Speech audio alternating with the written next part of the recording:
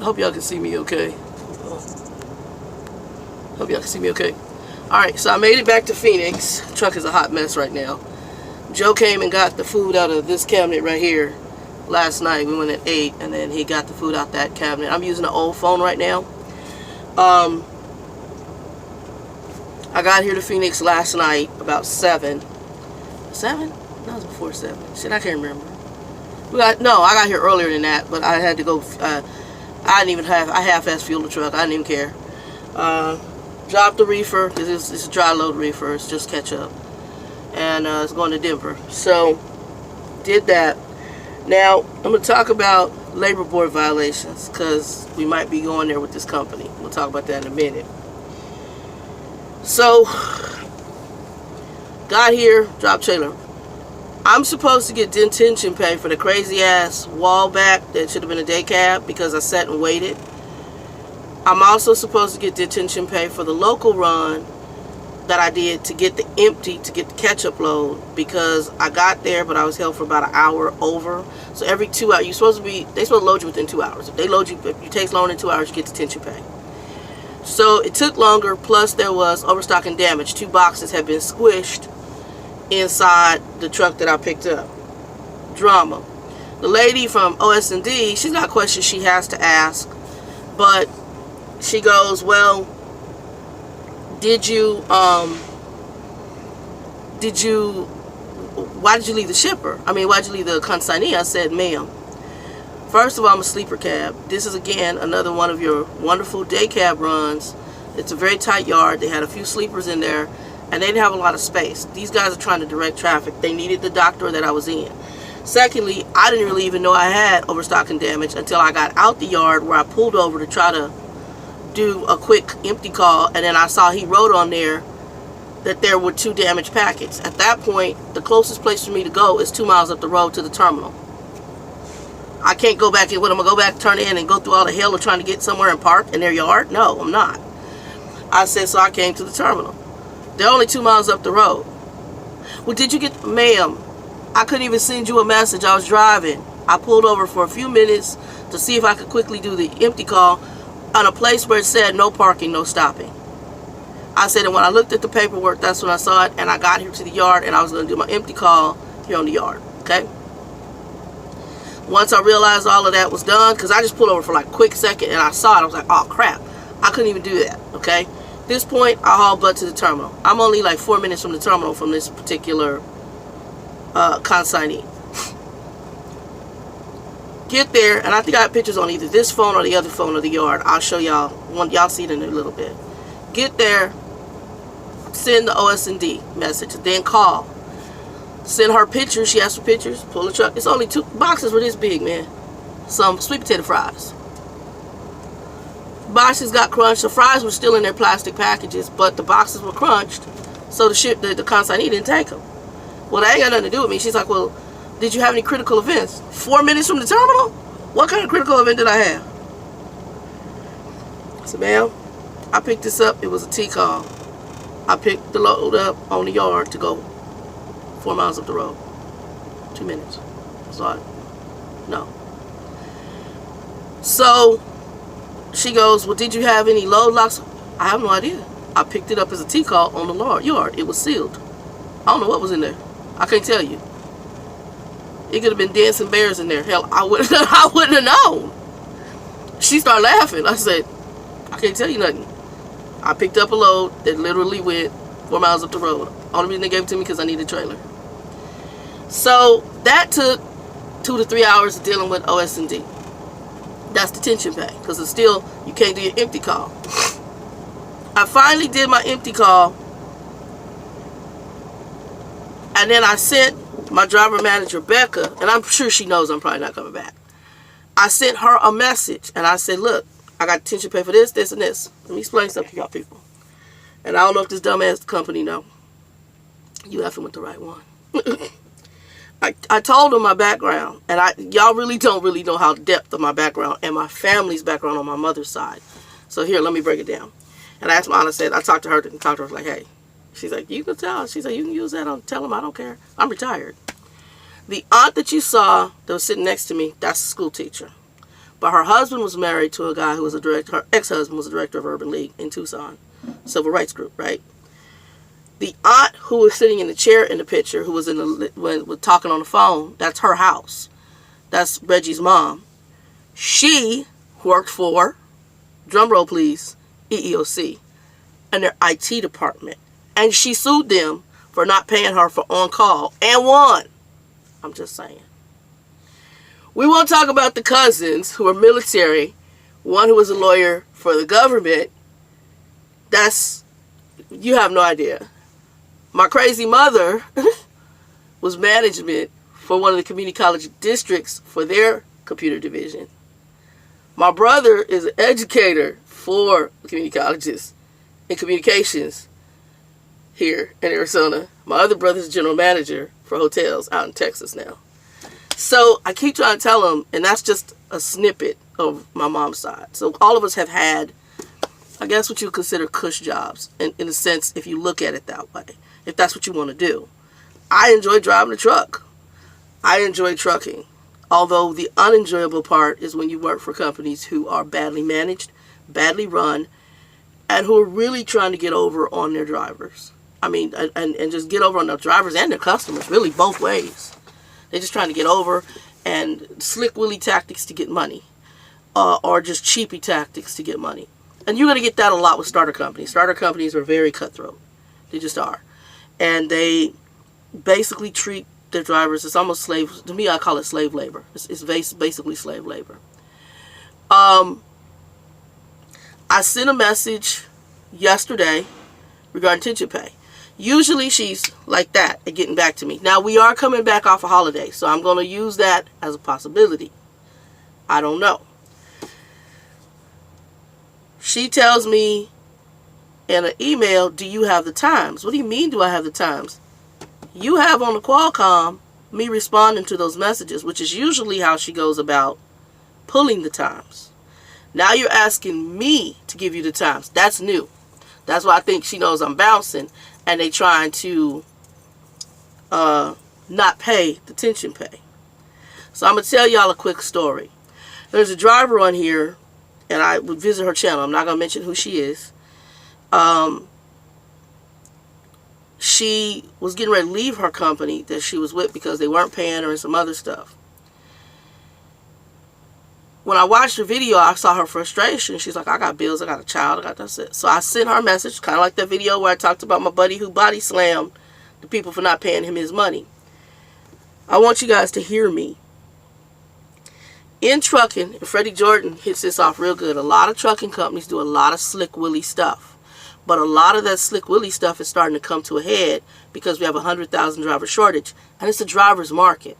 So these drivers are starting to get attorneys and starting to go to these agencies and file against these companies. And the companies and the government is starting to turn their back on these companies who've been greasing palms, because guess what? At the end of the day, I need this driver to get my shit to the store so that I'm not paying a lot of money out of my pocket. So you guys playing this game that we were playing originally, I got to turn the tables on you. And I got to go in favor of the driver now. Because the reason we're not getting drivers is because the drivers are getting smart enough that they're no longer going to play the slick willy tactics with you. Okay? But there's also laws in place to protect them. Yes, there are. So one of the laws is called the labor board and your payment. So if you're a laborer, a worker, and your employer agrees to pay you for certain things, if they do not pay you, that's a labor board violation. Now the problem with that, I used to work in management and I saw it happen. I worked at a company it happened to twice at that same company. I'm going to tell you a story. Well, one was EEOC and one was labor board. So the company, if they don't pay you your money, your cheddar, your cheese, you can go to the labor board and file a violation. Now here's where the problem becomes. You might win, you might not. But what it does is if they have to come in and investigate that company, it opens up the company's books. Yes, it does. And if it opens up the books for you, it opens up the books for everybody else. So any of those slick willy tactics that they weren't doing right, let's go take a look. And that is where class action and some other stuff happens. That's where fines happen. It's where a lot of stuff happens. Yes, it is.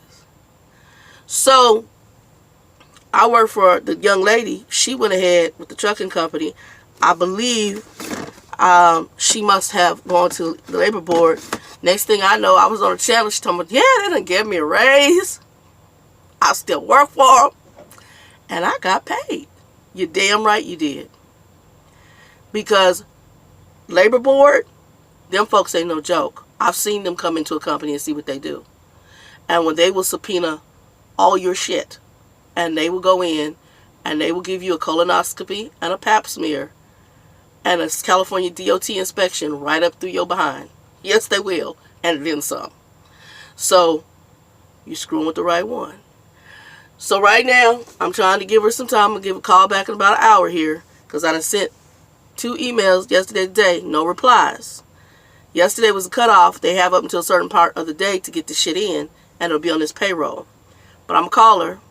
I'm going to record the call. Yes, I am. I'm taking pictures of everything on this Qualcomm pertaining to all this stuff. So that if I have to go to labor board, here's where you see I did my detention messages. Here's my paycheck. Here's previous paychecks. You see I got paid detention pay. You see I didn't get to pay detention pay. That's what we're going to be doing. Yes, it is. Anyway, getting ready to get the truck packed up the rest of the way. I should be fully packed today. Because now I have a day to sit down and really focus on it. Instead of trying to do a load, all this stuff. Last night I was so tired I did the paperwork. Got all my paperwork in for the payroll. And right now I'm getting the truck cleaned up. I got to call my storage facility, pay them. Yeah, I got a lot of little stuff to do. So I'm getting that done today. Anyway, y'all, 2 and 2, I'll holler at you. I'm trying to think if there's anything else I want to tell you. Anything else I want to tell you? Nothing else I can think of. Yeah, but I'm pretty sure because they have me. I did to the 10th. I'm not coming back. And then the other thing I was going to check on was just doing FMLA. Because I do have stuff to deal with him. This part of this is actually going to be dealing with his doctor while I'm out there dealing with Grumpy's doctor. Because he's having problems with stuff driving at night too. So there are some things with him I do need to do. I mean, everything happens for a reason. So some of this is to go ahead and deal with his sorry behind. But anyway, 2 and 2, y'all. Alright, I'm going to tell y'all the quick story about the company. And I forgot to tell you what happened with Labor Board. So I was working for a cellular company. I was in 2 things. There was an EEOC thing and a Labor Board thing. I was working for a cellular company. The cellular company, they had, they used to tell employees to come in earlier than their shift, okay, and to sign on, okay. So they tell the people, and somebody, one of the management, put it in writing. That's all you need. If you got to document it, you got it. So they told, they were disciplining an employee because the employee had been running late, and the employee says, no, I'm here, but I don't sign in until exactly my time. And so they're like, no, you need to be ready to go for your calls right here. So you need to sign in, I think like 10, 15 minutes early and be ready to go. But they're not paying them for that 10 to 15 minutes early. This supervisor put this shit in writing. This particular employee, this is when you don't know who you're dealing with, his daddy was a major attorney. So, he talked to his dad, told his dad, he said, whoa, what did you say they told you to do? He's like, and they wrote you up for not being on time. He said, yeah. He said, you got all this written? He said, yeah, I got it written, Dad. Tell you what happened. He said, when you go into work, talk to some of your other co-workers and see if they're doing the same thing. Come back and tell me. Okay? I know the guy. Because I was working in the IT department for this company at the time. I started out as a credit analyst for them, and then I moved to a night analyst position in their IT department, running reports for the corporate offices, for the bigwigs and for the stores. So, it's funny. And this was the first cellular company here in Arizona. So, they're no longer in business. Actually, they were broken up to form other big boy companies. We don't even talk about that. So, he goes, yeah, Dad, boop-de-boop-de-boop. So, of course, as you work in the environment, you usually make friends. So I had a couple friends, my friend Bridget, and then I had another homegirl, Stacy, who worked there. And this young man. Honey, He got a couple people. And he got statements from them and copies of the emails that they had gotten regarding similar disciplinary action for not logging in early and not being paid for it. His father said, ask them for their information. His father called him, told him who he was, said, look, I'm so-and-so's dad. I'm an attorney. And I'm looking into some stuff that my son brought up to my attention. I want to let you know what your rights are. And I'm going to let you know what I'm due for my son. And I'm willing to represent you for free. F-R-E-E. Because he knew he was going to get paid on the back end. Yes, he was. He took that shit to the labor board. Filed a labor board violation for non-payment. They came in, the company's called Cellular One here in Arizona at the time. I don't mind saying their company. They came up into Cellular One. And labor board did a DOT, colonoscopy, pap smear, and then some, all up, in, and through Cell 1. They had to go back and pay these people. They had to go back and pay these people thousands of dollars of back pay for everybody who came up in there for signing in early. And they got fined. Lots of money. For years. Even employees who no longer work there. Yes, they did. Labor board. No joke. That's one. EEOC story. And I know I'm still friends with one of the girls. So you gotta be careful what you do with these companies. That's what I'm saying. These companies do some stupid stuff, and it is what it is. You don't know who you're messing with. And one of my homegirls actually filed this claim, and we still friends to this day. She had gotten a Christian-based email, and it had gone to several employees in the company. A lot of companies don't like called chain emails.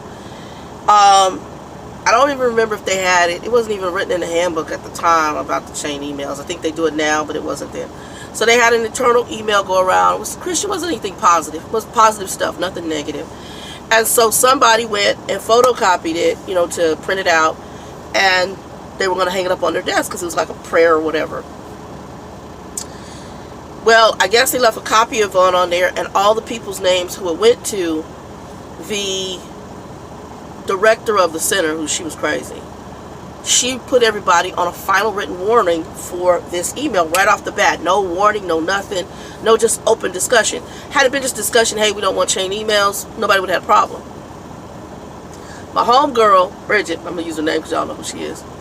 Bridget, same company, same cellular company. They got hit twice. Actually, I think they got hit more than twice because the director got walked out. That's how bad it was. My girl homegirl Bridget, she went to EEOC because I'm going to tell you what they did.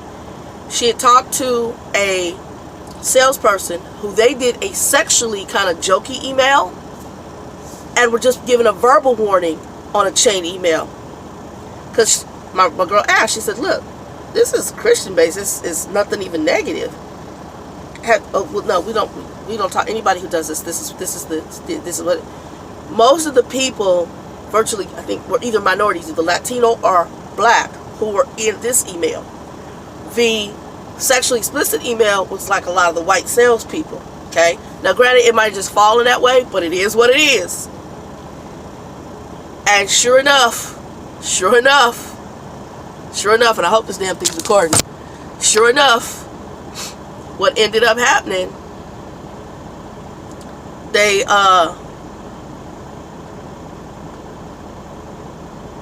EEOC came in and did a full investigation, and it wasn't good.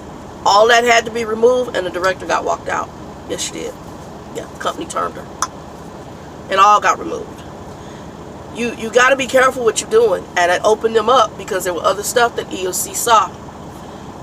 And I know that later on the HR person got termed. There was a whole bunch of bad stuff that came out of that. You got to be careful with what you're doing in these companies, people. Just you got to.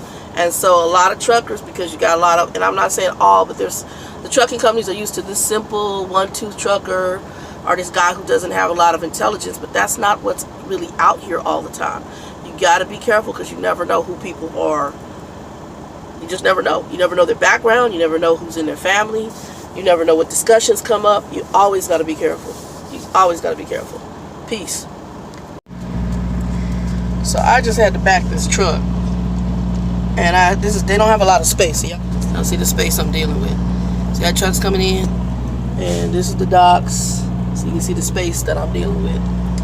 And it took me a minute to get in this dock without hitting anything in front. Again, this is a day cab run. This is not. But I did this because I want to get home, and they needed, in order to get a trailer, was the only option that they were giving me that was immediate and not having to wait for Becca. So at least I came in this morning and got everything. She has not responded to the email, although I did see her quickly. I did not need to talk to her. I told her, I don't need to talk to you, just read the email. And because my goal is to get home, and I told her she'll have another email once I get to Lubbock. So that'll be my resignation email. Anyway, peace out, y'all. Y'all see him? He had to kind of it, but they got all them other trucks. These are their delivery trucks. They have little box delivery trucks in the way. And what they do, they have further parking down on the end away from these docks that they put the big rigs in.